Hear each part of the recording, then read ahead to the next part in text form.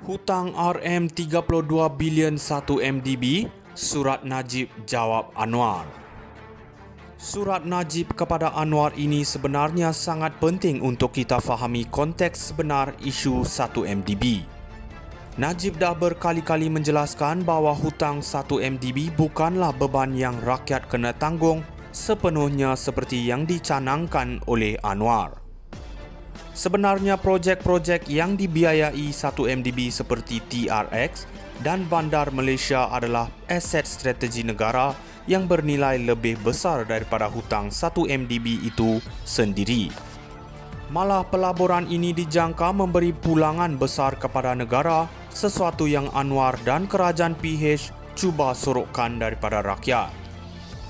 Najib juga menegaskan bahawa perjanjian dengan IPIC untuk memulangkan dana yang didakwa hilang telah dibatalkan oleh kerajaan PH. Kenapa perjanjian yang sepatutnya memulangkan hampir 7 bilion US dollar kepada Malaysia dibatalkan? Ini persoalan besar yang Anwar masih belum jawab hingga hari ini. Apabila PH mengambil alih, bukan saja mereka gagal pulihkan ekonomi, mereka juga jarah rizab Petronas sebanyak RM104 bilion yang dikumpul semasa Najib menjadi Perdana Menteri.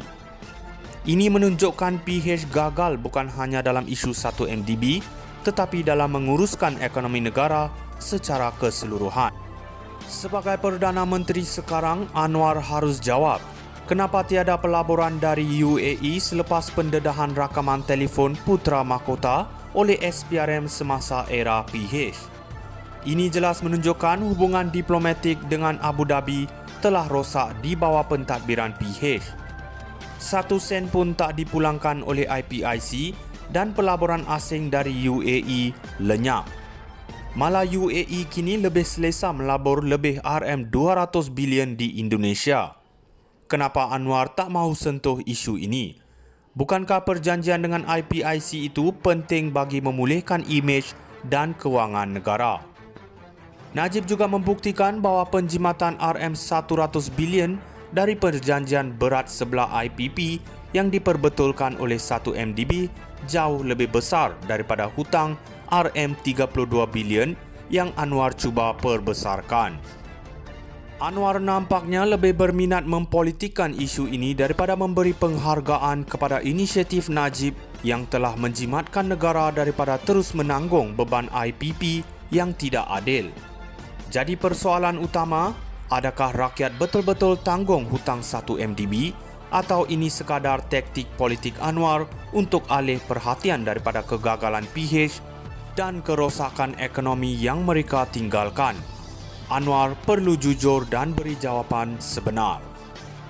Hutang RM32 bilion 1 MDB, surat Najib jawab Anwar. Surat Najib kepada Anwar ini sebenarnya sangat penting untuk kita fahami konteks sebenar isu 1 MDB. Najib dah berkali-kali menjelaskan bahawa hutang 1 MDB bukanlah beban yang rakyat kena tanggung sepenuhnya seperti yang dicanangkan oleh Anwar. Sebenarnya projek-projek yang dibiayai 1 MDB seperti TRX dan Bandar Malaysia adalah aset strategi negara yang bernilai lebih besar daripada hutang 1 MDB itu sendiri. Malah pelaburan ini dijangka memberi pulangan besar kepada negara, sesuatu yang Anwar dan kerajaan PH cuba sorokkan daripada rakyat. Najib juga menegaskan bahawa perjanjian dengan IPIC untuk memulangkan dana yang didakwa hilang telah dibatalkan oleh kerajaan PH.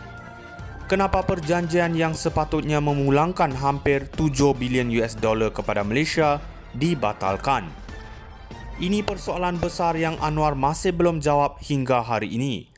Apabila PH mengambil alih, bukan saja mereka gagal pulihkan ekonomi, mereka juga jarah rizab Petronas sebanyak RM104 bilion yang dikumpul semasa Najib menjadi Perdana Menteri. Ini menunjukkan PH gagal bukan hanya dalam isu 1 MDB tetapi dalam menguruskan ekonomi negara secara keseluruhan. Sebagai Perdana Menteri sekarang, Anwar harus jawab Kenapa tiada pelaburan dari UAE selepas pendedahan rakaman telefon Putra Mahkota oleh SPRM semasa era PH? Ini jelas menunjukkan hubungan diplomatik dengan Abu Dhabi telah rosak di bawah pentadbiran PH. 1 sen pun tak dipulangkan oleh IPIC dan pelaburan asing dari UAE lenyap. Malah UAE kini lebih selesa melabur lebih RM200 bilion di Indonesia. Kenapa Anwar tak mahu sentuh isu ini? Bukankah perjanjian dengan IPIC itu penting bagi memulihkan imej dan kewangan negara? Najib juga membuktikan bahawa penjimatan RM100 bilion dari perjanjian berat sebelah IPP yang diperbetulkan oleh 1MDB jauh lebih besar daripada hutang RM32 bilion yang Anwar cuba perbesarkan. Anwar nampaknya lebih berminat mempolitikkan isu ini daripada memberi penghargaan kepada inisiatif Najib yang telah menjimatkan negara daripada terus menanggung beban IPP yang tidak adil. Jadi persoalan utama, adakah rakyat betul-betul tanggung hutang 1MDB atau ini sekadar taktik politik Anwar untuk alih perhatian daripada kegagalan PH dan kerosakan ekonomi yang mereka tinggalkan? Anwar perlu jujur dan beri jawapan sebenar. Hutang RM32 bilion 1MDB, surat Najib jawab Anwar. Surat Najib kepada Anwar ini sebenarnya sangat penting untuk kita fahami konteks sebenar isu 1MDB. Najib dah berkali-kali menjelaskan bahawa hutang 1MDB bukanlah beban yang rakyat kena tanggung sepenuhnya